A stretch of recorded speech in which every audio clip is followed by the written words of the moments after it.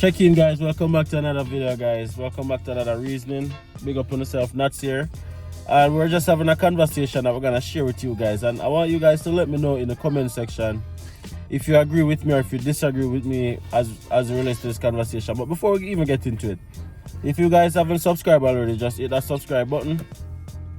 The world works, smash a like, and as Mr. leave your comments. We're talking about the tipping culture in Canada, and that's why we were talking about it earlier. And if you guys don't know what I mean when I say the tipping culture in Canada, it's when you go to an establishment, like a restaurant most times, and you sit down and you have a meal. Usually it's expected for you to tip the waiter or the waitress based on the level of service that you get, which is understandable. That's not just a Canada thing, so I don't want nobody to reply and say, oh, it's not just in Canada, oh, that's everywhere in the world. But we're talking about Canada because we're living in Canada. That is what we are accustomed to in terms when it comes down to tipping. But in Canada, I think the tipping culture has gotten out of control. Gotten out of control in regards that it's not just that you're expected to tip your waitress or your waiter. You are even expected to tip your barber. You're expected to tip your nail tech. You're expected to tip a taxi driver. You're expected to tip your person who services a car. You're expected any service that is provided, essentially, you are required to provide a tip. Almost like they're guilt tripping you into giving them a tip. Like they get the machine and the machine is on the tip screen. 10, 15, 20%, and sometimes it starts at 15%. That's at the minimum sometimes. 15, 20, 25%. Or you can do custom or no tip on them. Stand up over you and guilt trip you into tipping. I don't like that one bit. And I don't know if I'm the only one who's having this issue or if I'm just being cheap. I'm asking that's the question. Cheap. It's not being cheap. It's too much. It's too much. It's too much. It's not being cheap. What are you tipping for? Like, for example, so I'm going to the barber now. So I go to the barber, you know, and the haircut is gonna cost me say $40. All right, $40 for the haircut. You tell me a price, you know. I never ask for the price. I never ball on the price, or I never negotiate with the price. So tell me the price, and I'm like, okay then, $40. But pay the $40. Why am I tipping? What am I tipping for? Good service. So if I don't tip, and all of the business persons who's watching this right now, all of the service providers watching this right now, if I don't tip, am I not gonna get good service? Even though I'm paying for the cost for the service, you take a taxi. Sometime, most times, go work and stuff. You pay the taxi fare. You get them run the meter whenever you reach your destination. It says you owe $18, you owe $15, you owe $20, whatever the case may be. What are you paying for? What, like when I take a taxi, I pay that $20. What are you paying for? Pick up and drop off. Pick up and drop off, right? You're paying for them to pick you up from your destination, take you to your destination safely, hopefully. Yes. What the tip for? Like, what extra service is a taxi driver providing? What extra service is a taxi driver providing that warrants a tip?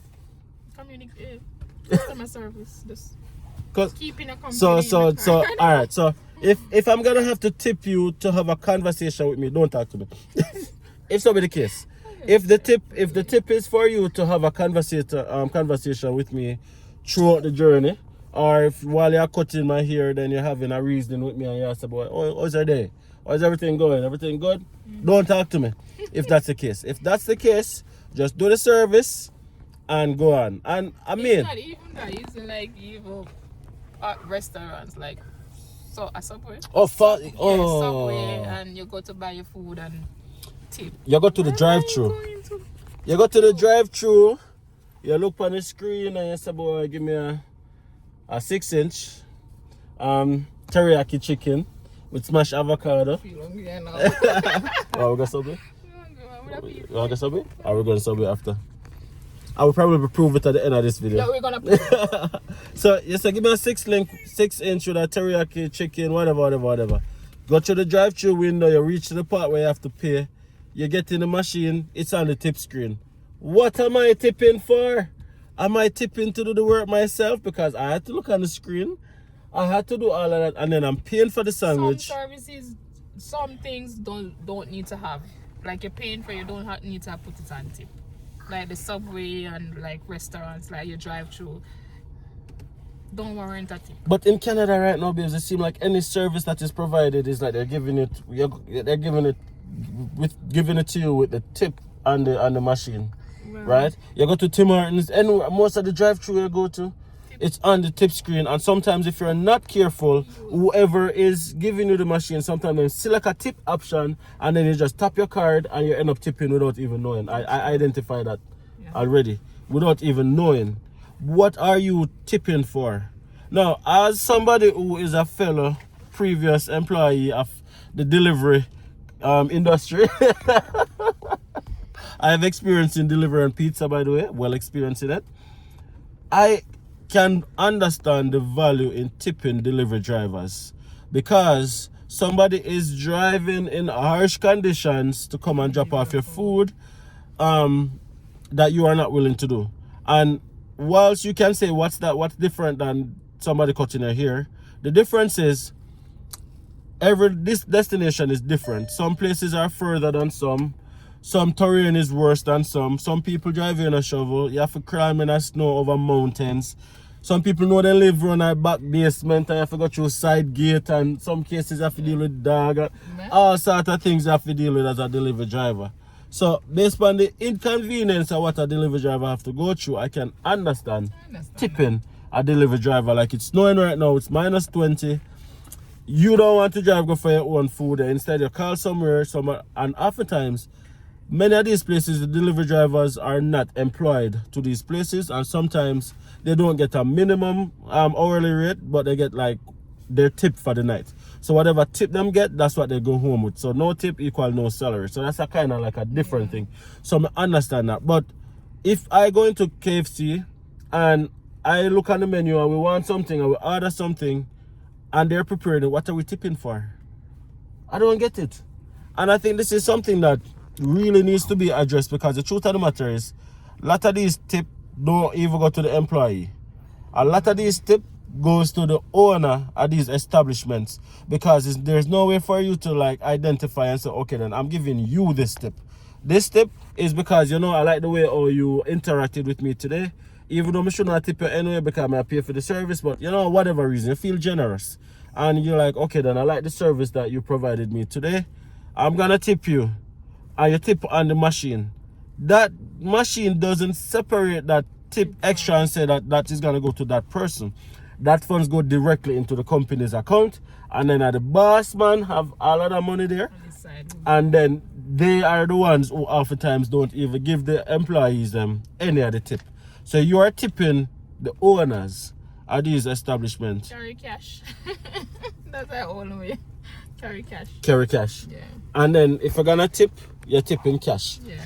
But Canada, or if you guys are watching and you guys are in the States, let me know if it's the same thing in the States. Like, the tipping culture has gotten to a point where it's like ridiculously ridiculous, for lack of a better term. We're gonna go to Subway right now. We're gonna go to Subway right now, and we're gonna prove to you guys that they're gonna give us the machine on the tip screen, even though we are going through the drive-thru. So no, I'm almost confident, but we're gonna do it. Let's go.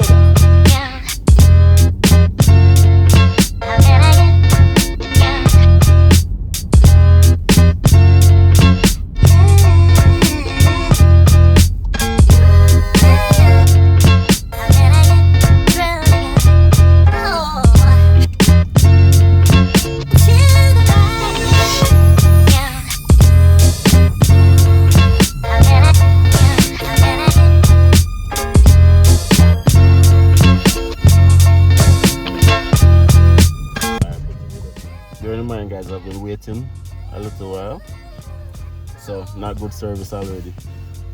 And even though it's not good service, I'm guaranteeing you set by. What can I get for you? Hi, good day. Can I get a 12-inch teriyaki so please? Italian herbs bread. Okay, so full on teriyaki on Italian herbs. You want it toasted? Toasted, please, yeah, with smashed avocado. What kind of cheese? Shredded cheese. Shredded. And with 2 scoops of avocado, okay? Yeah.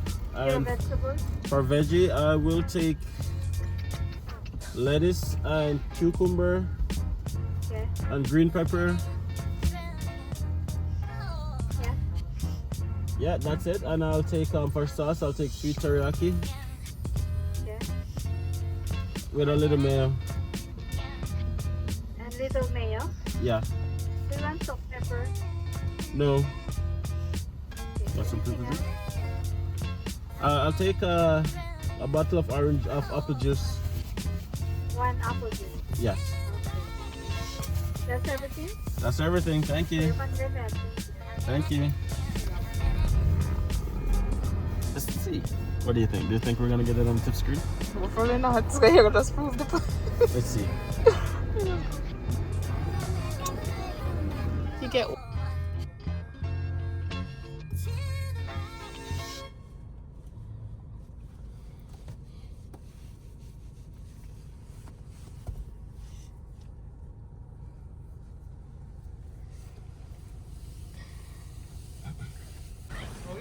Can you come in? Oh, No, So it's only like okay. right there.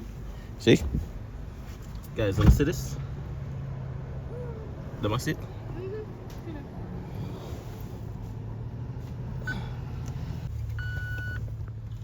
Thank you. Thank you. Thank you. Have a good day.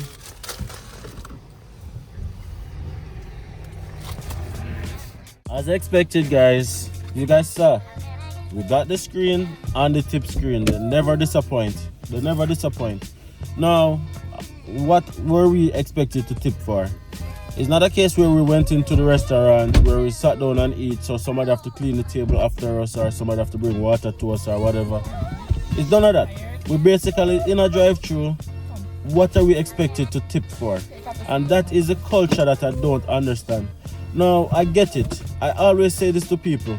If you cannot afford to tip your delivery driver, go and get your food yourself.